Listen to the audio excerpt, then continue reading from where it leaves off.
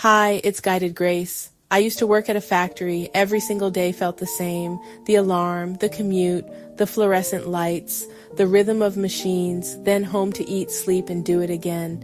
Eat, sleep, work, repeat. That pattern wrapped around me like a blanket that looked comfortable, but underneath it my heart was quiet and my spirit was restless. On paper, everything was fine, steady paycheck, a schedule my family could depend on. But inside, there was this growing, hollow, slow quiet that told me I wasn't living the life I was made for. I remember standing by the factory gate on a summer afternoon, the air thick with heat and the hum of machines, and suddenly feeling how small my future had become. If I didn't choose differently, that feeling was impossible to ignore. The thought of leaving something secure felt terrifying. I was afraid of failing, of disappointing people, of the unknown. And yet there was a tiny voice that kept asking what mattered more, safety that felt empty, or risk that might lead to life. I realized then that sometimes the scariest step is the one that leads to your freedom. Leaving wasn't a dramatic leap into chaos. It was a series of small, faithful steps. It was prayer, conversations with people who believed in me, and choosing one brave step after another. If any part of you recognizes that ache, the tension between comfort and calling, stay with me. This isn't about reckless abandon. It's about intentional, heart-led change. Over the next minutes, I'll walk with you, not just with words, but with gentle directions you can follow right now. Change starts quietly, and it starts with you making one honest choice, one prayer, one written intention. Let's take that next step together. Now, I want you to take a moment with me. Find a comfortable place or spot. Close your eyes if you like, or rest them on a point in the distance. Take a slow, deep breath in, hold for a moment, and feel your shoulders drop. Breathe again, steady, and when you're ready, pick up a piece of paper and a don't rush. I'll wait. This isn't passive listening. This is an invitation to participate. Start by writing down what you want to change about your life. Be specific. Instead of get healthier, try walk 20 minutes 3 times a week. Or swap late night snacking for herbal tea. What patterns are draining you? Maybe it's scrolling your phone into the night, saying yes to everyone and no to yourself, or staying in relationships that dim your light. Maybe your routine leaves you exhausted rather than restored. Write them all down, even the ones that feel small or silly. Small things add. Next, turn inward. What do you want to change about yourself emotionally or spiritually? Is there a persistent loneliness you carry? A softness in your self-talk that needs sharpening?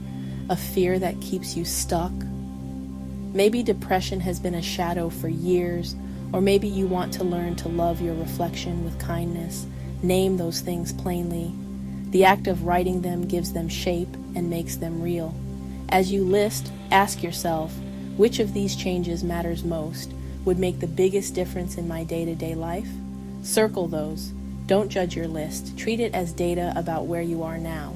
Be gentle with yourself. Honesty without shame creates space for growth. If a thought comes up, I don't have time, or I won't stick with it, write that down. We'll use those doubts as signposts to plan solutions. When you finish this step, fold the paper if that helps, or place it somewhere visible. What you've done already is powerful. You gave voice to your desire for change. Keep that paper. It will be the seed of something new. Maybe you wrote down wanting to sleep better, to find a hobby, to set healthier boundaries, or to kindly to yourself. Maybe you wrote, I want to stop feeling like I don't belong, or I want to feel confident in my own skin, body. Now add to each item the reason why. This is the most important step. This is the most important step, and the why behind the what. Ask yourself why you want this. Energy to play with my children, to stop feeling anxious at night, to show up fully for someone I love, or to honor the gifts I have been given. Your why can be practical, to have more time, to reduce pain, and it can be soulful, to feel whole, reflect God's love, to steward your life well. Write those reasons next to each change. If you struggle to find a why, try this. Imagine your life a year from now if nothing changes. Then imagine your life a year from now if you did begin to change.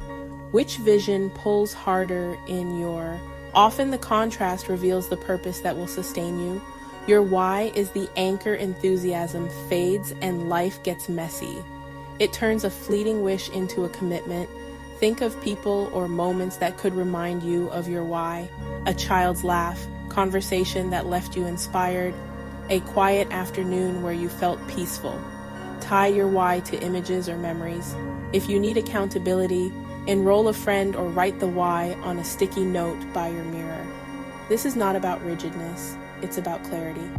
The clearer your why, the easier it is to take consistent small steps. So take another breath.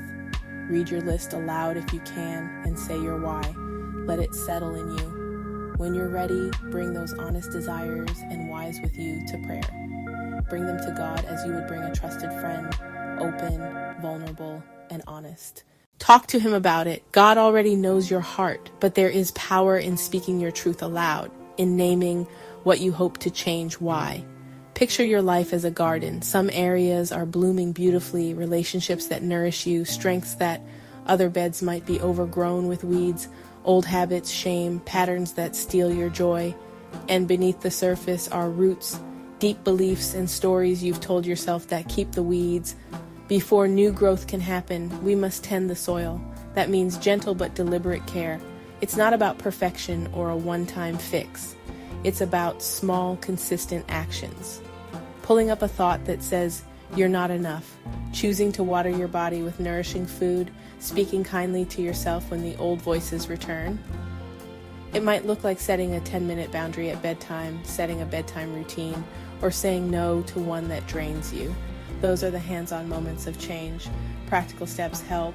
Make a simple plan. Identify one thing to remove this week, one thing to plant in its place, and one small habit to water daily. Celebrate tiny wins. A cleared bed is progress. Understand that pulling stubborn roots will sometimes bring up dirt. That's part of the process. Use prayer as your gardening tool.